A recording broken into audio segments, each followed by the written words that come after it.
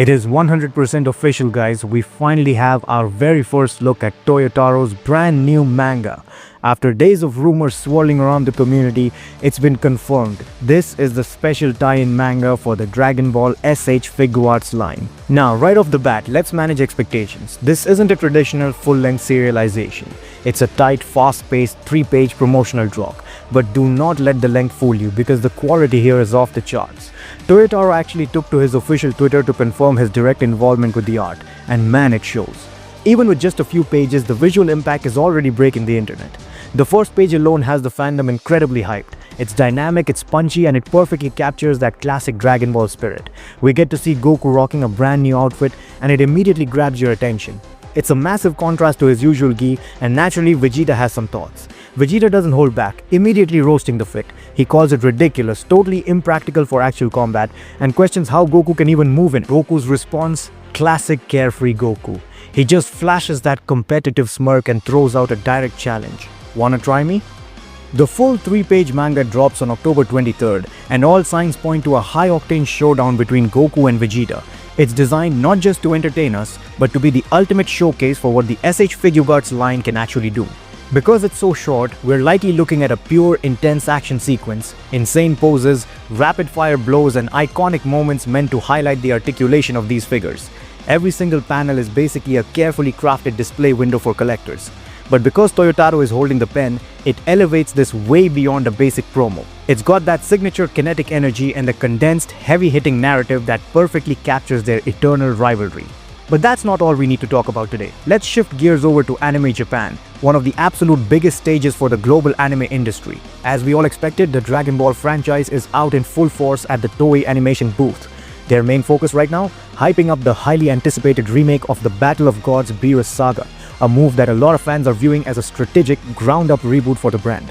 Now, despite the massive hype leading up to the event, it looks like Toei is holding their cards close to their chest. The main attraction playing on the giant screens is the exact same Dragon Ball Super remake trailer we already saw at previous Matsuri events. I know, it's a little disappointing if you were expecting brand new footage, release dates, or big narrative reveals, but from a marketing standpoint, it makes sense.